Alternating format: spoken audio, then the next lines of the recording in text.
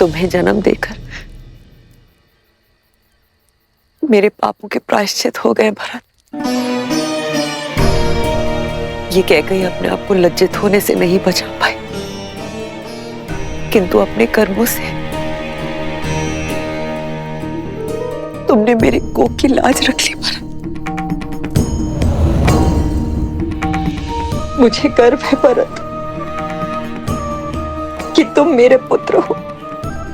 मुझे गर्व है कि मैं तुम्हारी माता हूं भरत। गर्व तो आपको होना ही चाहिए महारानी, क्योंकि श्री राम आपको अपनी माता मानते हैं। क्षमा कर दिया उन्होंने आपको, परंतु कभी विचार कीजिएगा महारानी कि जो अपने स्वार्थ के लिए अपनों के साथ छल करता है, उसे नर्क भी यहीं भोगना पड़ता है। आपने अपने पुत्र के सिंहासन के लिए मेरे श्री राम को वन भेजा, परंतु अब आपके पास क्या है? ना वो पुत्र जिसे आपने जन्म दिया, और ना वो पुत्र जिसे आपने वनवास भेज दिया, और ना वो पति जिसके प्रेम के साथ आपने छल किया। मेरे राम भैया के पास माता सीता है, लक्ष्मण है। मेरे पास मेरे राम भैया का प्रेम और उनका आशीर्वाद है, किंतु आपके पास कुछ नहीं, खाली हाथ। वास्तविक वनवास तो आप भोगेंगी महारानी, 14 वर्षों तक महल की बंद दीवारों के बीच।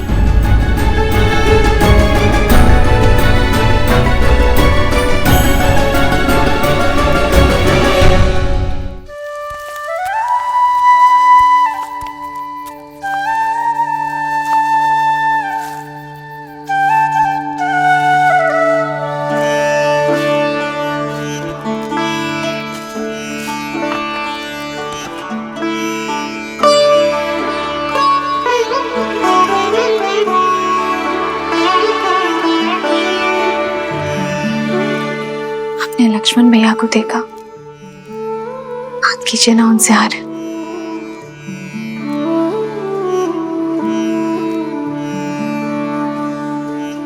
पहले परिवार से वियोग का दुख था, अब उनसे मिलने से कदाचित परिवार की स्मृतियां सता रही हो। एक विचित्र ग्लानि भाव देखा मैंने भैया की आंखों में।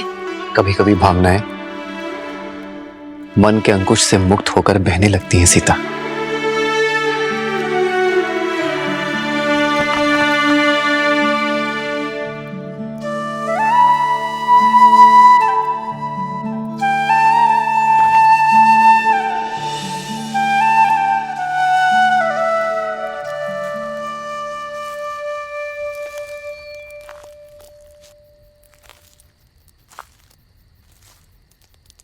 बैठो लक्ष्मण, बैठो।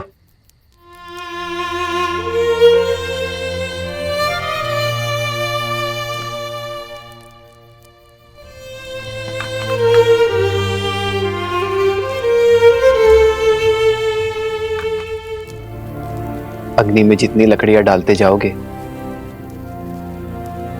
वो उतनी ही भड़कती जाएगी लक्ष्मण।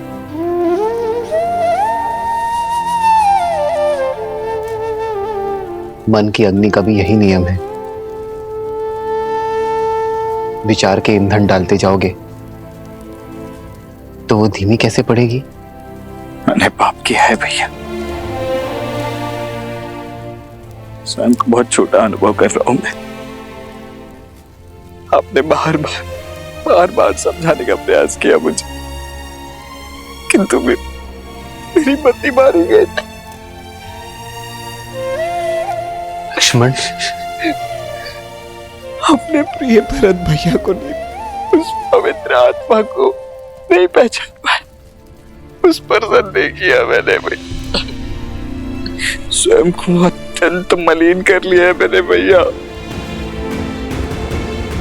मैं स्वयं को क्षमा नहीं कर पा रहा हूं।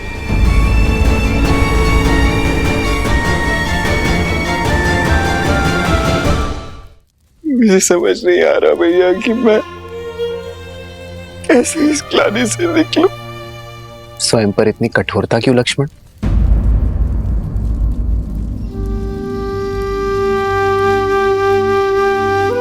मेरे भाई ने कोई पाप नहीं किया है। तुमने भरत को हानि नहीं पहुंचाई है लक्ष्मण, बस मेरी रक्षा की है। और जिसके मन में रक्षा का भाव होता है वो मलिन हो ही नहीं सकता।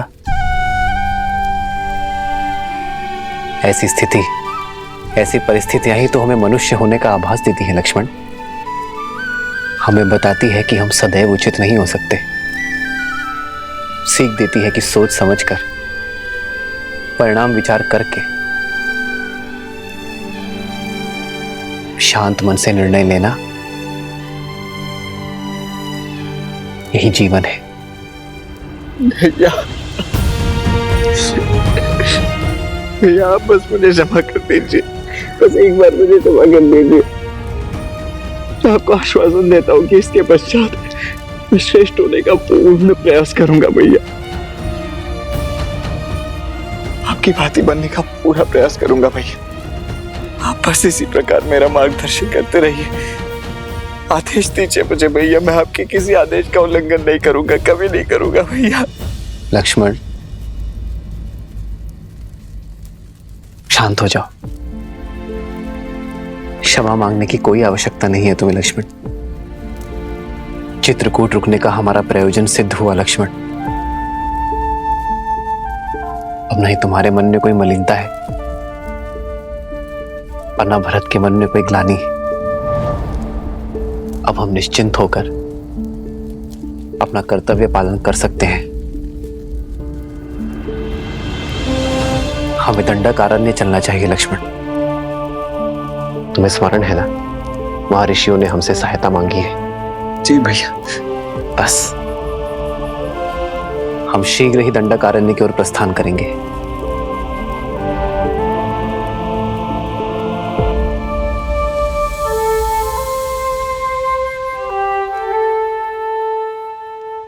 जीवन के पथ पर बिछे कांटों पर भी इतनी सरलता से कैसे चलते हैं श्री राम? देवी, जो संकट के समय में भी संयम रखे वही तो है राम।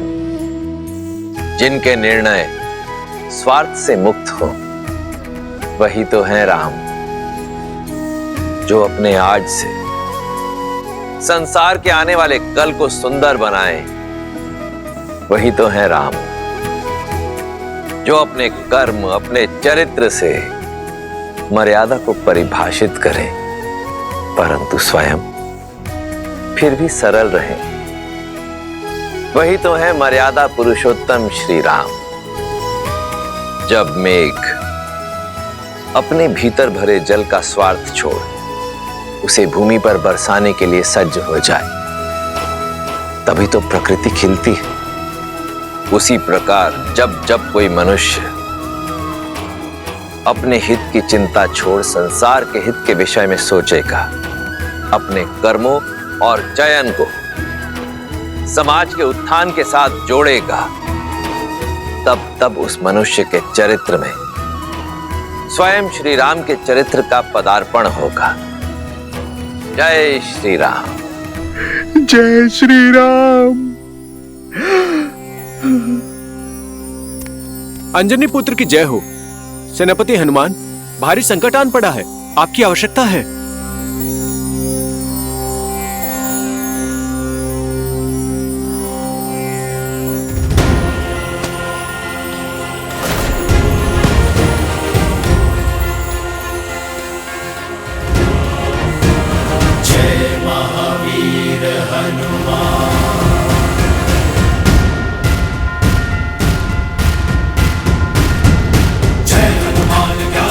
सागर जय कपीस देवलोक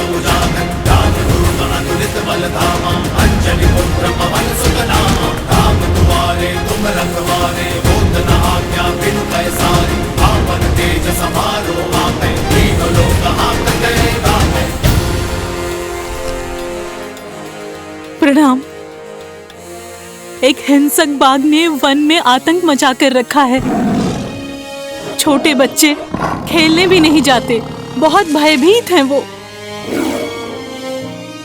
अब आप ही रक्षा कर सकते हैं सेनापति जी।